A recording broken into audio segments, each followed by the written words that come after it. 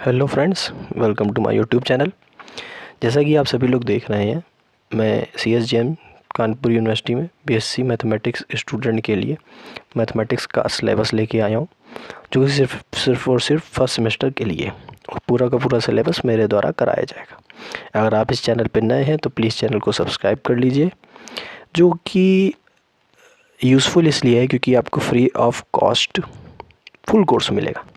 जी हाँ, और उसके साथ साथ आपको कोई भी कॉस्ट देने की ज़रूरत नहीं है। मैंने बताया आपको free of cost full course मिलेगा, जिसमें आपको कोई भी पेड करने की फीस पे करने की ज़रूरत नहीं है। उसके साथ साथ आपको नोट्स मिलेंगे। नोट्स भी कैसे?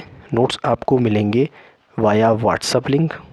व्हाट्सअप चैनल मेरा बन चुका है, व्हाट्सअप लिंक के द्वारा मिलेंगे। और आप लोगों को टेलीग्राम चैनल ज्वाइन कर लेना, जिसके द्वारा आप लोगों को नई नई अपडेट्स और नए नए फीचर्स आपको मिलते रहेंगे इस चैनल पे जो भी आएंगे। ठीक, जो मैं सिलेबस ला रहा हूँ वो सिर्फ और सिर्फ फर्स्ट सेमेस्टर के लिए ही। ठीक, तो आज हम लोग स्टार्ट कर रहे हैं। खाली सिर्फ और सिर्फ मैं सिलेबस का ओवरव्यू दूंगा, उसके बाद अगले वाली वीडियो से मैं अपना लेक्चर स्टार्ट कर दूंगा। ठीक, लेक्चर सीरीज चलेगी, जिसमें आपको यही नहीं कि आपको कॉन्सेप्ट बताया जाएगा, आपको प्रॉब्लम्स भी कराई जाएंगी, क्योंकि जनरली पेड कोचिंग में नहीं कराते। आप लोगों ने देखा होगा पेड कोचिंग्स में प्रॉब्लम्स ज़्यादा गौर नहीं देते, लेकिन मैं प्रॉब्लम्स भी कराऊंगा। और सुनिए, पेपर के टाइम में आपके लिए मैराथन भी लूँगा। ठीक, तो आपको कंक्रीट पढ़ाया जाएगा। कंक्रीट मतलब समझ रहे हैं? कब कंक्रीट मतलब ये नहीं कि सिर्फ ऊपर ऊपर की मलाई दे दी जाएगी सिलेबस से, नहीं। मैराथन में आपको कंक्रीट पढ़ाया जाएगा, वो कुछ इंपॉर्टेंट होगा, पेपर में आने वाला है। वो सब कौन कराऊंगा? मैं। मेरे द्वारा सब कुछ कराया जाएगा, टेंशन मत लीजिएगा।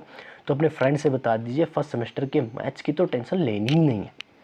इवन मैं ये भी करना चाहूँगा, जो आपके सीनियर्स उनसे भी कह दीजिए, अब अगर आप अपने कोचिंग पढ़ी है तो उसके बाद भी आप ये पढ़ के देखें मेरे से। थर्ड सेमेस्टर भी मैं लेके आ रहा हूँ और फिफ्थ सेमेस्टर भी लेके आ रहा हूँ।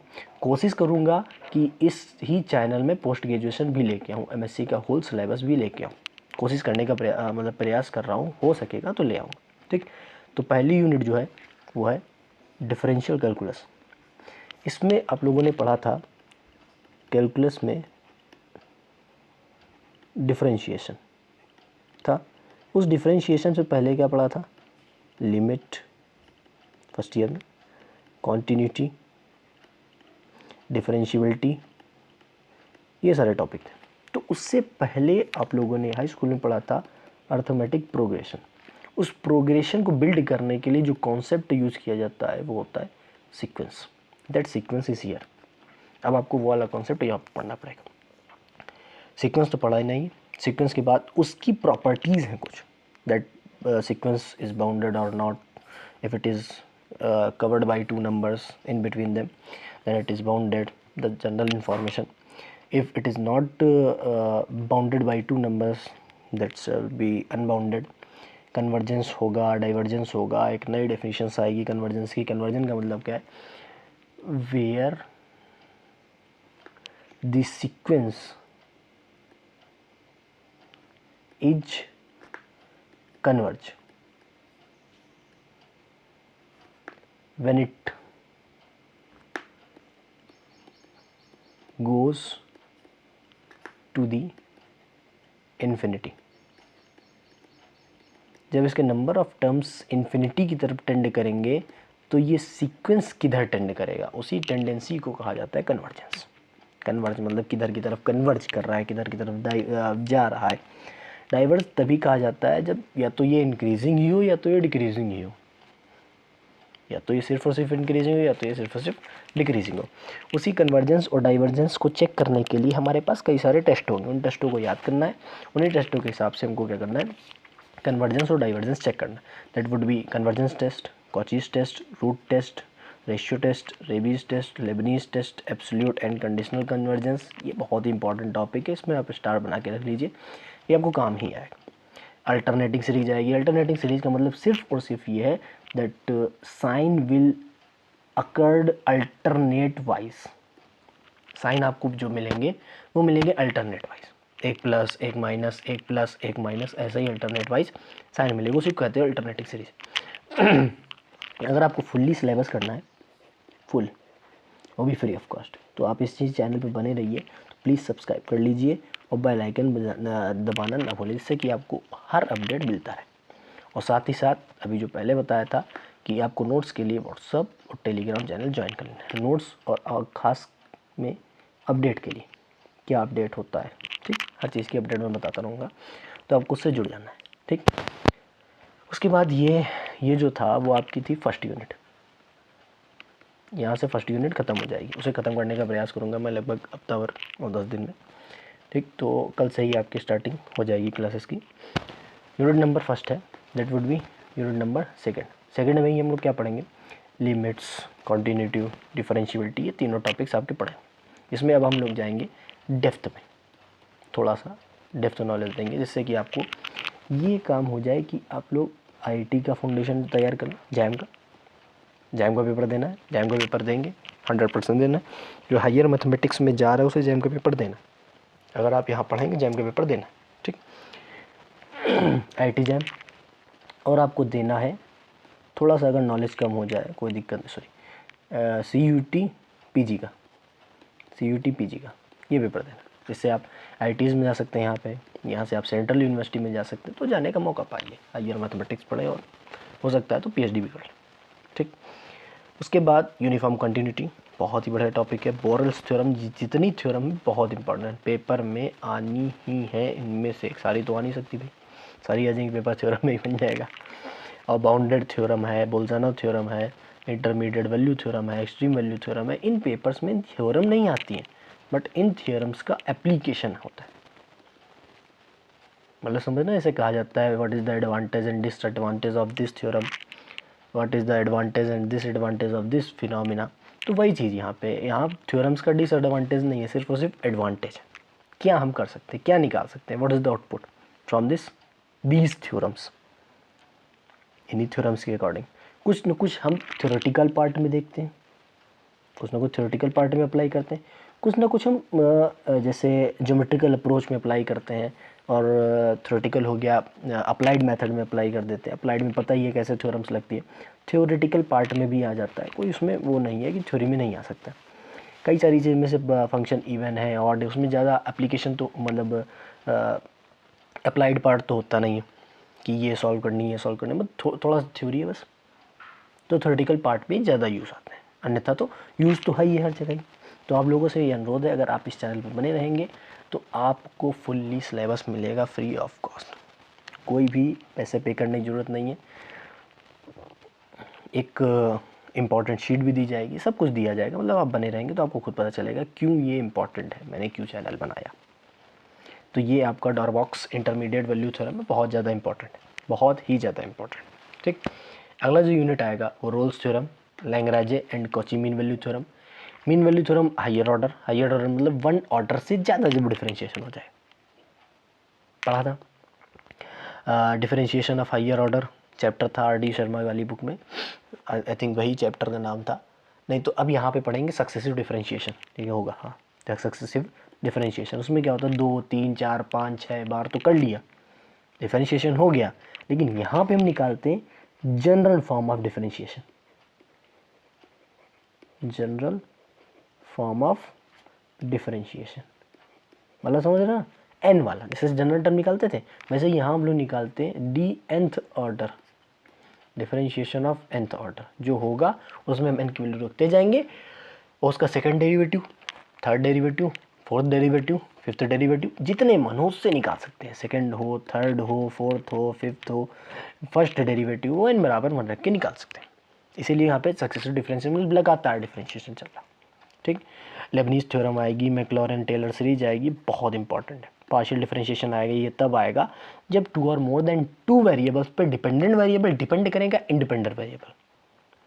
हमारे पास यहाँ जो डिफरेंशिएशन लिखा है उसका मतलब क्या है, y is directly dependent upon x, या फिर इसी को हम कहते हैं y is the function of x, that y change according to the x change.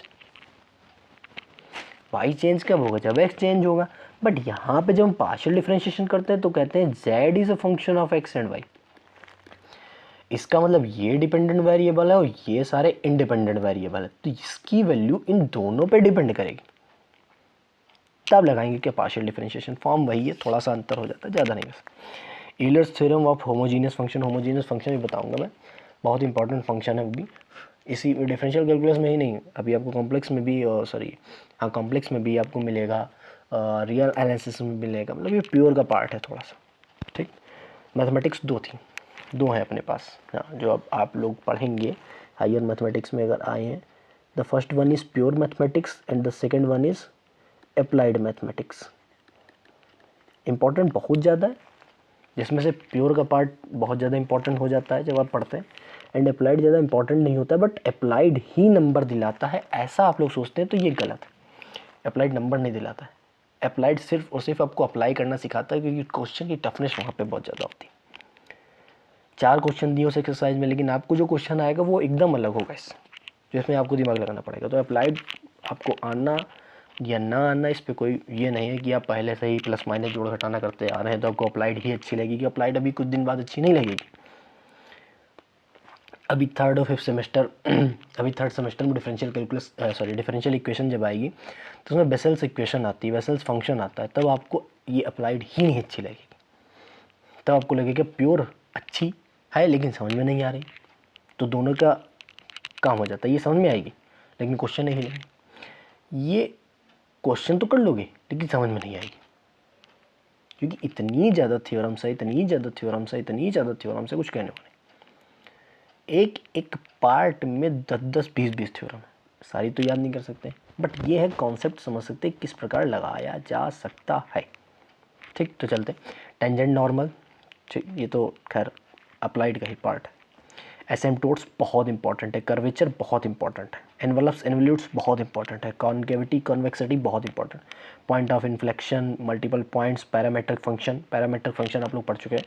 That would be like x is equal to function of t and y is also a function of t, then d y by d x हम लोग निकालते थे, तो इसे ही parametric function कहा जाता था। Parametric function किसको कहते हैं? ये वाले, कौन वाले? ये वाला, ये पैरामेट्रिक फंक्शन है। अपॉन में D x upon D T, यही तो लिखते थे, डिफरेंशिएशन ऐसे तो निकालते थे पैरामीट्रिक फंक्शन का। अब वाई और एक्स में डिपेंडेंसी लानी है तो हमें क्या करना पड़ेगा? अब टी इंटरमीडिएट को हटाना पड़ेगा, तो उसको हटाने के लिए पहले एक्स का डिफरेंशिएशन कहाँ गया? टी के रिस्पेक्ट में किया, फिर वाई का डिफरेंशिएशन टी के रिस्पेक्ट में किया, दोनों को डिवाइड करा दिया, डी बाई डी एक्स आ जाएगा। ट्रेसिंग मतलब कर्व को बनाना, to plot the graph of the curve. यहाँ ग्राफ लिए जाएंगे, सारे के सारे ग्राफ होते हैं, ठीक। ग्राफ को मतलब यहाँ पे हम कहेंगे कर्व, मतलब एक लाइन भी है तो वो भी कर्व है, स्ट्रेट लाइन नहीं बोलेंगे। पर्टिकुलर कर्व तो बहुत सारे टाइप के होते हैं, इसमें साइक्लॉइड भी आता है, बहुत सारे पैराबोला, एलिप्स, हाइपरबोला, ये सब तो आता ही है। सर्कल जो कि अब पढ़ के आए हैं, बट कई सारे और से आते हैं, ठीक, वो सारे हम लोग पढ़ेंगे, एक चार्ट में बनाऊंगा, वो भी हो जाएगा। अगला जो पेपर आता है वो होता है इंटीग्रल कैलकुलस। इंटीग्रल कैलकुलस में डेफिनीशन, इंटीग्रल की आएगी, लिमिट आएगा, हाँ डेफिनीशंस भी बहुत आती हैं आपके इस पेपर्स में। डेफिनीशन बहुत बड़ा रोल प्ले करती है, डेफिनीशन कई बार आ जाती है, कभी कभी सिर्फ और सिर्फ स्टेटमेंट पूछ देता है। थ्योरम्स के स्टेटमेंट भी बहुत ज़्यादा इंपॉर्टेंट है, तो वो याद। रिमान इंटीग्रल नया है बट इंटीग्रेशन का कॉन्सेप्ट है। इंटीग्रेबिलिटी ऑफ कांस्टेंट, इंटीग्रेबिलिटी अभी चेक करेंगे। फंडामेंटल थ्योरम ऑफ थ्योरम इसी में 4-5 आ जाएंगी। मीन वैल्यू थ्योरम इसमें भी आएगी। Differentiation under the sign of integration, integration के साथ भी डिफरेंशिएशन होगा, डिफरेंशिएशन के साथ भी इंटीग्रल होगा, ये चीज़ याद रखनी। इम्प्रॉपर इंटीग्रल पढ़ चुके हैं लेकिन थोड़ा सा और पढ़ेंगे। Their calculation, classification, comparison test, mu test, Abel's test, Dirichlet test, question test, beta and gamma function बहुत इंपॉर्टेंट है, इसका यूज़ बहुत होगा इंटीग्रल कैलकुलस में, ठीक। अगला आता है रेक्टिफिकेशन, वॉल्यूम निकालना है, surface of solid revolution, propose theorem, multiple integral मतलब एक से ज़्यादा इंटीग्रल लगे होते हैं। Change of order of double integration लगा है तो पहले को दूसरा, दूसरे को पहले कैसे बनाते हैं इंटीग्रेशन को। जैसे ये लिखा है इंटीग्रेशन ए पे लगा, इंटीग्रेशन बी वाला है तो इसको हम कैसे लिख सकते हैं, हाउ वी चेंज बी ए। अभी प्रोसेस पूरा नहीं बता रहा हूँ मैं, बस एज एग्जाम्पल दे रहा हूँ डबल इंटीग्रेशन का चेंज ऑर्डर कैसे करेंगे, ठीक। डिरिचलेट थ्योरम, ये बहुत थ्योरम दे चुके हैं भाई साहब। लेवलिस थ्योरम भी बहुत थ्योरम दे चुके हैं, ये भी इनका भी काम कॉम्प्लेक्स में बहुत अच्छा है, ठीक। तो उसके बाद vector differentiation, gradient, divergence, curl, normal of surface, directional derivative, vector integration, theorem Gauss की, ग्रीन की, स्टोक्स की, उसकी प्रॉब्लम, ये पूरा का पूरा टॉपिक आपका नया है, पूरा का पूरा नया, उसमें कोई दो राय नहीं है, ये पूरा का पूरा टॉपिक आपका नया है, ठीक। तो पढ़ेंगे। सबसे पहले हमको क्या करना है, जो भी लेक्चर मैं भेजूंगा उसके आपको प्रॉपर नोट्स बनाने, प्रॉपर प्रॉपर नोट्स अपने हिसाब से बनाने, और मैं तो आपको व्हाट्सअप और टेलीग्राम में देने ही वाला हूँ, बट आपको भी अपनी ग्रुप मतलब नोट्स बनाने, ठीक। उसके साथ आपको बुक्स परचेज़ करनी, जो मैं रिकमेंड कर रहा हूँ, नहीं जो आपकी यूनिवर्सिटीज़ में चलती हैं, ठीक। बुक्स आपको रिकमेंड करनी है जो अभी आप पढ़ रहे हैं, और नहीं तो मेरे पास फॉरेन ऑथर्स की बुक है, मैं अपने टेलीग्राम चैनल पे अपलोड करता रहूँगा, जिससे आप पढ़ते रहेंगे, ठीक। बुक्स आपको पढ़नी है, और आपको बुक्स लगाने के साथ साथ पढ़नी भी है। रीडिंग बुक्स की बहुत इंपॉर्टेंट है, रीडिंग करेंगे तभी आपको कॉन्सेप्ट बिल्ड होगा, अन्यथा नहीं, ठीक। तो आपको करना क्या है, नोट्स बनाने, मैं भी हैंड रिटन नोट्स दूंगा, और अभी तैयारी पूरी करनी है, क्योंकि पेपर यहाँ पे बहुत जल्दी होते हैं इस बार यूनिवर्सिटी में, कभी कभी 3 महीने के अंदर, 3 मंथ्स के अंदर एक सेमेस्टर ख़त्म होता है। इस बार का MSc 3 मंथ्स के अंदर ख़त्म हो चुका है, ठीक। तो इसीलिए तैयारी अभी से स्टार्ट कर देनी, एडमिशन करा लीजिए, तैयारी अभी से स्टार्ट कर दीजिए, और अच्छा प्लान होने वाला है, मैं अच्छा प्लान लगाऊंगा, कोई दिक्कत नहीं है उसमें, ठीक। तो तब तक के लिए गुड बाय, थैंक यू, जय हिंद।